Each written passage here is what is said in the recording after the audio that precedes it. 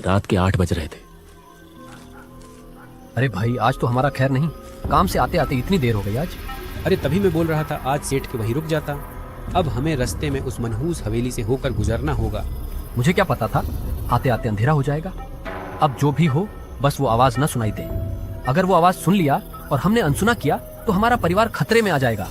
अरे बस करो भाई, अब क्यों वो सब बात कर रहा है? जल्दी जल्दी चलो और हवेली देखते ही द्वार लगाओ। गांव की दोनों व्यक्ति बहुत ही डरे हुए थे। डरते हुए चलते चलते जब दोनों एक पुरानी हवेली के पास पहुंचे तो दोनों ने कुछ न देख के जोर से सीधा दौड़ लगा दिया।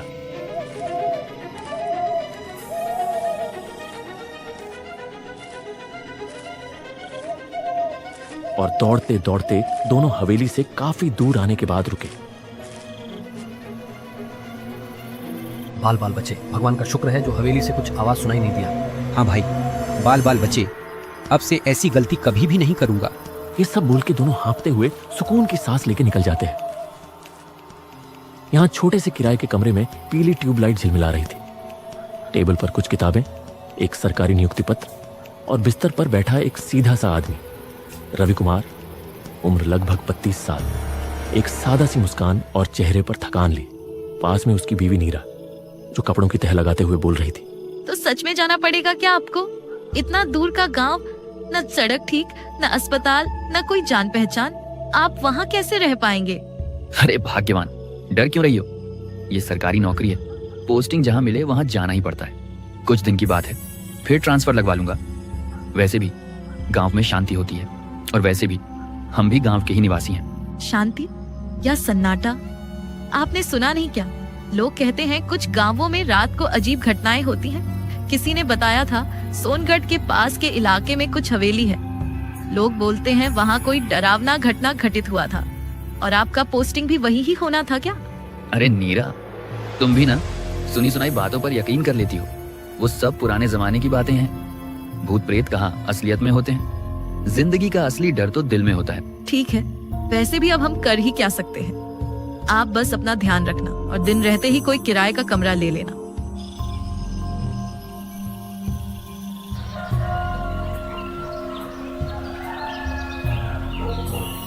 सुबह का मौसम सुहाना था। रवि नीरा से विदा लेके बस पकड़ने जाता है, लेकिन बहुत समय रुकने के बाद भी रवि को सोनगढ़ जाने का सीधा बस नहीं मिल रहा था। काफी समय इंतजार करने के बाद आखिरकार उसको एक बस मिला जो सीधा उसको सोनगढ़ पहुंचा देगा।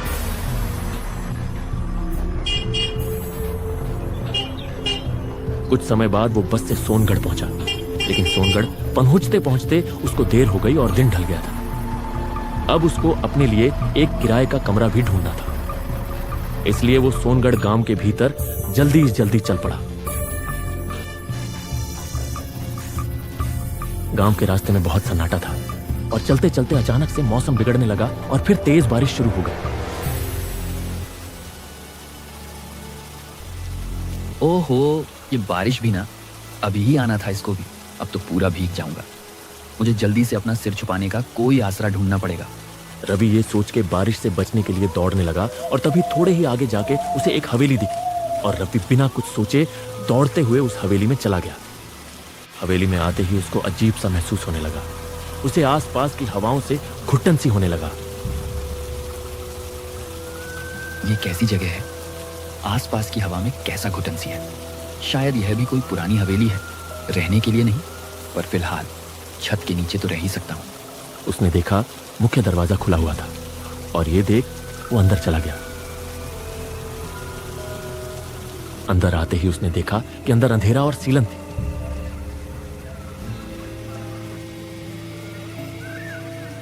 उसने एक कोने में बैग रखा और सोचा, बस थोड़ी देर की बात है, बारिश थम जाए तो निकल लूंगा। गांव अब ज्यादा दूर नहीं होगा। लेकिन तभी ऊपर से कुछ गिरा ठाक से। रवि ने सिर उठाया और देखा शायद कोई लकड़ी गिरी होगी। पुरानी हवेली है, टूटी फूटी होगी। उसने फिर नीचे देखा। अंधेरे में उसे कुछ ठीक से दिख भी नहीं रहा। उसने अंधेरे में जैसे तैसे देखा कि दीवार पर किसी बच्चे की उंगलियों जैसे निशान थे, मिट्टी में गड़े हुए, जैसे किसी ने अंदर से बाहर निकलने की कोशिश की हो। ये देख रवि थोड़ा डर गया और पीछे हट गया। तभी ऊपर से किसी की हल्की सी सिसकी सुनाई दी। मुझे मुक्ति चाहिए, मुझे मुक्ति दो। रवि का दिल जैसे रुक गया। उसने कांपते हुए अंधेरे की तरफ देखने की कोशिश की और देखा सीढ़ियों पर एक छोटा लड़का खड़ा था। सादे कपड़े, नंगे पांव, आंखों में लाल चमक और चेहरे पर अजीब सी उदासी। तो तुम कौन हो बेटा? यहाँ क्या कर रहे हो? ये तो बहुत पुरानी हवेली है। लड़का धीरे धीरे नीचे आया। उसके पैरों से मानो धूल सी उड़ रही। कितने बरसों तक यहाँ रहेंगे? मैं भी कई बरसों से यहाँ हूँ, मुझे यहाँ से निकालो ना। क्या बकवास है ये? बाहर बारिश हो रही है, मैं बस कुछ देर के लिए रुका हूँ। अब तुम इतना अजीब क्यों लग रहे हो? लड़के ने शांत आंखों से देखा। उसकी आंखें एकदम गहरी और चमकदार थी। वो लड़का बोला, आप भी मुझे यहाँ अकेले छोड़कर जाएंगे? रवि ने गहरी सांस ली और अंधेरे में ही उसका चेहरा देखने की कोशिश करने लगा। उसने ध्यान से देखा तो पाया वो चेहरा इंसानी, कम परछाई ज्यादा लग रहा था, लेकिन ज्यादा अंधेरा होने से उसे कुछ ठीक से नहीं दिखा। रवि ने घबरा कर कहा, कौन हो तुम? तुम तो इंसान नहीं लग रहे। मुझे जाने दो, मुझसे क्या चाहिए तुम्हें? कुछ समय तक कोई जवाब नहीं। फिर अचानक वो लड़का बोला, उन्होंने मुझे यही दफना दिया था, अब कोई मुझे सुनता नहीं, मुझे मुक्ति दिला दो। रवि ये सुन के बहुत डर गया और पीछे हटने लगा। उसकी सांसें तेज हो रही थी और बारिश की आवाज के बीच बस बच्चे की फुसफुसाहट गूंज रही थी। और अगले ही पल वो बच्चा गायब हो गया। सिर्फ हवा में गूंजती उसकी करुण आवाज बची, मुझे मुक्ति दो, मुझे मुक्ति दो। रवि का दिल जोर जोर से धड़क रहा था। वो दीवार के पास बैठ गया। हाथ में बैग थी। उसे कुछ समझ नहीं आ रहा था कि आखिर वो कोई लड़का था या कुछ और। बाहर बारिश अब भी जारी थी और हवेली में सन्नाटे के बीच किसी अदृश्य शक्ति की आभास हो रही है। कुछ समय तक रवि ऐसे ही डरे सहमे बैठा रहता है और अचानक से बारिश रुक जाती है, जैसे बारिश भी जानबूझ के रुक गई हो ताकि रवि वहां से निकल पाए। रवि को यह अजीब लगा, फिर भी उसने डर के मारे बारिश रुका देख तुरंत वहां से निकल आया। रवि जाते हुए पीछे घूमकर देखा तो उसको वही लड़का हवेली के छत पर खड़ा दिखा। उसे देखते ही रवि तुरंत आगे की तरफ देख के भागने लगा।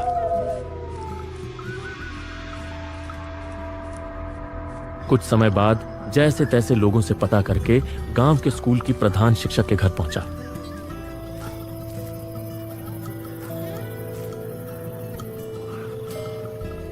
आप कौन है? इतनी रात को आपको क्या चाहिए? मैं हूँ रवि, आपके स्कूल के विज्ञान का नया शिक्षक। ओह, अच्छा अच्छा, आइए आइए।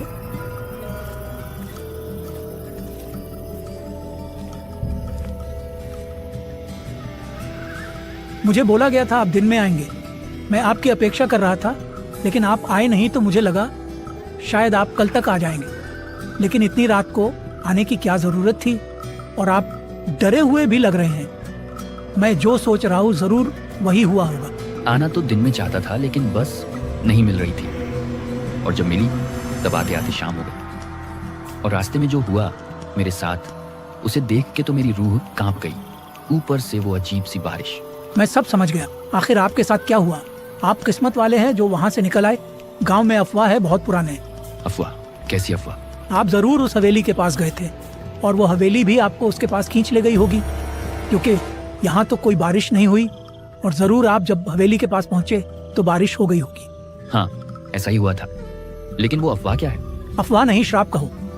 गांव के लोग और हम सब मानते हैं कि जो कोई भी रात को उस हवेली के पास जाता है उसे कुछ आवाजें सुनाई देता है या कोई परछाई दिखाई देता है, और अगर उस आवाज को कोई अनसुना करके आता है तो वो और उसका परिवार नींद में ही मरे हुए पाए जाते हैं। हालांकि अभी तक गांव के किसी भी व्यक्ति के साथ ऐसा हुआ नहीं, क्योंकि रात को कोई उस हवेली के पास नहीं जाता है, और भूल से चले भी जाए तो सीधा दूर भाग जाते हैं। लेकिन मैं तो हवेली के अंदर ही था, और नहीं मैंने सिर्फ आवाज सुना था। मैंने तो वहां एक बच्चे को भी देखा जो कि परछाई जैसा लग रहा था। वो बिल्कुल भी इंसानी बच्चा नहीं लग रहा था। रवि के मुंह से ये सुन के हेडमास्टर की आंखें जैसे फटी की फटी रह गई। वो डर से दहक उठा था, साथ ही उसे रवि के लिए बुरा लग रहा था। रवि, ये तुमने क्या किया? कुछ भी हो जाता, लेकिन तुमको उस हवेली में नहीं जाना था। अब आगे क्या होगा तुम्हारे साथ? ये सोच के ही डर लग रहा है, ऐसा पहली बार किसी के साथ हुआ है। गांव वाले अगर ये जान लेंगे तो तुम्हें गांव में रहने भी नहीं देंगे। रवि हेडमास्टर के मुंह से ये सब सुन के बहुत डर जाता है।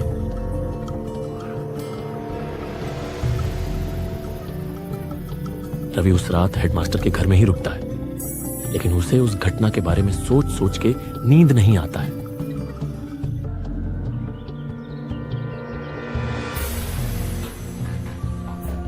अगली सुबह रविवार का दिन था। रवि डरते हुए हेडमास्टर से बात करने लगा था। सर, मुझे पूरी रात नींद नहीं आई और सोचा अगर उस हवेली की श्राप लगते ही किसी के परिवार को नुकसान होता है तो क्यों ना मैं मेरे घर जाऊं ही नहीं, जो भी होना है मेरे साथ हो जाए। मेरी गलती की वजह से मेरी पत्नी को कुछ नहीं होना चाहिए। मैं आज ही उस हवेली में खुद जाऊंगा और जो भी होगा मेरे साथ होने दूंगा। बस मेरी पत्नी को कुछ नहीं होना चाहिए। नींद तो मुझे भी नहीं आई है। गांव में जो अफवाह फैली है उस पे जितनी विश्वास है उतना कहीं ना कहीं संदेह भी है। लगता है वहाँ कोई राज छुपा है। और कल जो तुमने बताया कि तुमने एक बच्चे की परछाई देखी, उससे मुझे बहुत हैरानी हो रही है। कैसी हैरानी सर? कहा जाता है कि बहुत वर्ष पहले उसमें गांव के सबसे अमीर ठाकुर हरिचंद्र और उनके बेटे का परिवार रहता था उस हवेली में। वे लोग बहुत अमीर थे, लेकिन दिल के बहुत क्रूर और कंजूस किस्म के थे। और उसी महल में गांव का एक लड़का काम करता था। और बाद में पता चला कि उस लड़के ने धन के लालच में सबको नींद में ही मार दिया और सब कुछ लेके भाग गया। तो फिर मैंने जो बच्चा देखा वो भी उन ठाकुरों का ही था क्या? नहीं, और वही तो सोचने वाली बात है। उनके परिवार में कोई बच्चा था ही नहीं। और अगर सच में वहाँ कोई आत्मा का साया है तो उसमें उन ठाकुरों की आत्मा का साया होना चाहिए था, न कि कोई बच्चे का। अब तो मुझे भी वहाँ कुछ गहरा राज है ऐसा लगता है। जो भी हो जाए अब तो वहाँ जाके ही देखना पड़ेगा, लेकिन हमको दिन में जाना पड़ेगा। ठीक है, लेकिन आपको मेरे लिए खतरा उठाने की जरूरत नहीं थी। मैं अकेले ही चला जाऊंगा। नहीं नहीं, अब तो मुझे जानना ही है कि वहाँ का राज आखिर है क्या। दोनों उस हवेली में जाने की ठान लेते हैं और कुछ समय बाद दोनों हवेली जा पहुंचते हैं।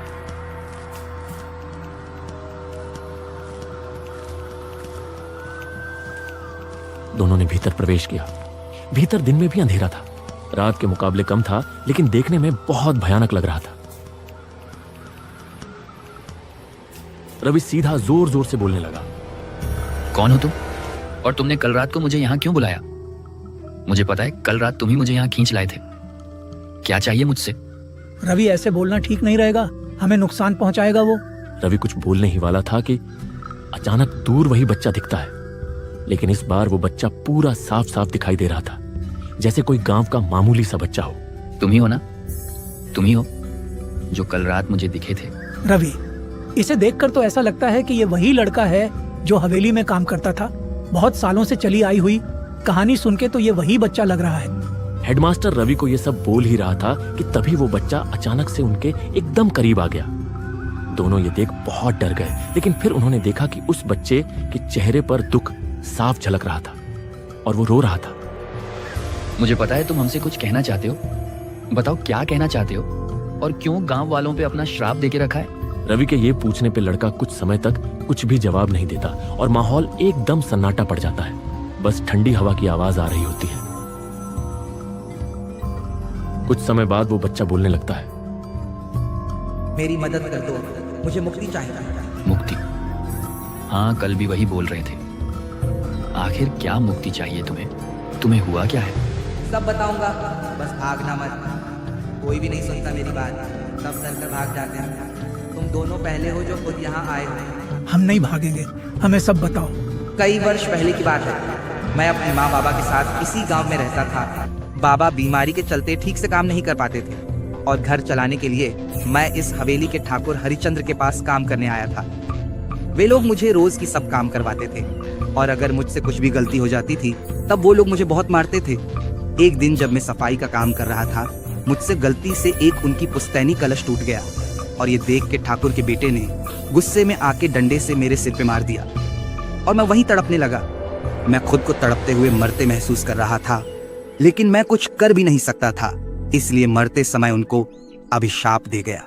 तुम लोगों ने जैसे एक छोटी सी गलती की वजह से मुझे इतनी बड़ी सजा दी है, वैसे ही तुम लोग भी इस पाप का सजा खुद ही भुगत के मर जाओगे। लड़के के मरने के बाद सब लोग उसके लाश को अपनी हवेली के तहखाने में रख देते हैं।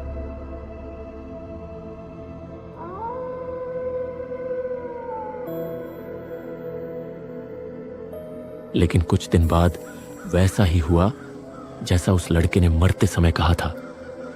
उनके कुएं में एक जहरीला सांप मर जाता है और जब सब लोग वो पानी पीते हैं, सब रात को अपने अपने बिस्तर में ही मरे हुए मिलते हैं। गांव वालों ने जब देखा कि सब लोग रहस्यमयी तरीके से मरे हुए थे, तब लोगों ने सोचा कि मैंने सबकी हत्या करके उनका धन लेके कहीं दूर भाग गया। और फिर गांव के लोगों ने ठाकुर के परिवार का अंतिम संस्कार करके मेरे माँ बाबूजी को गांव से निकाल दिया और जंगल में भटकने के लिए छोड़ दिया। मुझे तो पता भी नहीं चला कि मेरे माँ बाबा ने अपनी आखिरी समय में क्या कहा और कैसे बिताया। मैंने सोचा था कि मैं उनको एक अच्छी जीवन दूंगी, लेकिन मेरी वजह से वे हत्यारे के माता पिता कहलाए और मैं बेबस होकर इस हवेली में कैद हो गया।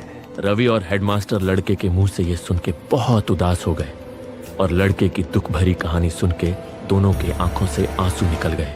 बहुत बुरा हुआ तुम्हारे साथ। ऐसा किसी के साथ भी होगा तो उस पे क्या बीतेगी मैं समझ सकता हूं, लेकिन कृपया तुम गांव वालों को नुकसान मत पहुंचाना। हम तुम्हारी मदद करेंगे। हम करेंगे तुम्हारी अंतिम संस्कार और सब गांव वालों के सामने ये सच्चाई लाएंगे। अब सच्चाई किसी के सामने लाने का कोई फायदा नहीं है, लेकिन तुम लोग मेरा अंतिम संस्कार कर दो। कम से कम मरने के बाद तो मैं अपनी माँ बाबा के पास जाके अपनी दायित्व न निभाने का माफी मांग पाऊंगा। ठीक है, हम करेंगे, लेकिन हमें ठीक से करना क्या होगा ये बता सकते हो? तहखाने में मेरे शरीर को रखा था उन्होंने। जो अंश मेरे शरीर की बची होगी उसको ले जाके पंडित से चिता पे अग्नि दे दो, मुझे मुक्ति मिल जाएगी। कुछ समय बाद दोनों तहखाने से उस लड़के की शरीर की बची कुची अंश को ले जाके पंडित से चिता पे अग्नि दे देते हैं।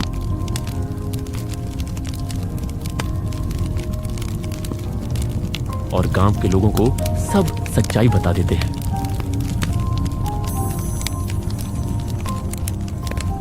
थोड़े ही देर बाद सब लोग देखते हैं हवेली से एक रोशनी ऊपर की तरफ जा रहा है। सबको ये देख समझ आता है कि उस लड़के की आत्मा को अब मुक्ति मिल चुकी थी। सबको उस लड़के की कहानी जानकर दुख होता है। सबकी आंखें उसके बारे में सोचकर नम होती हैं।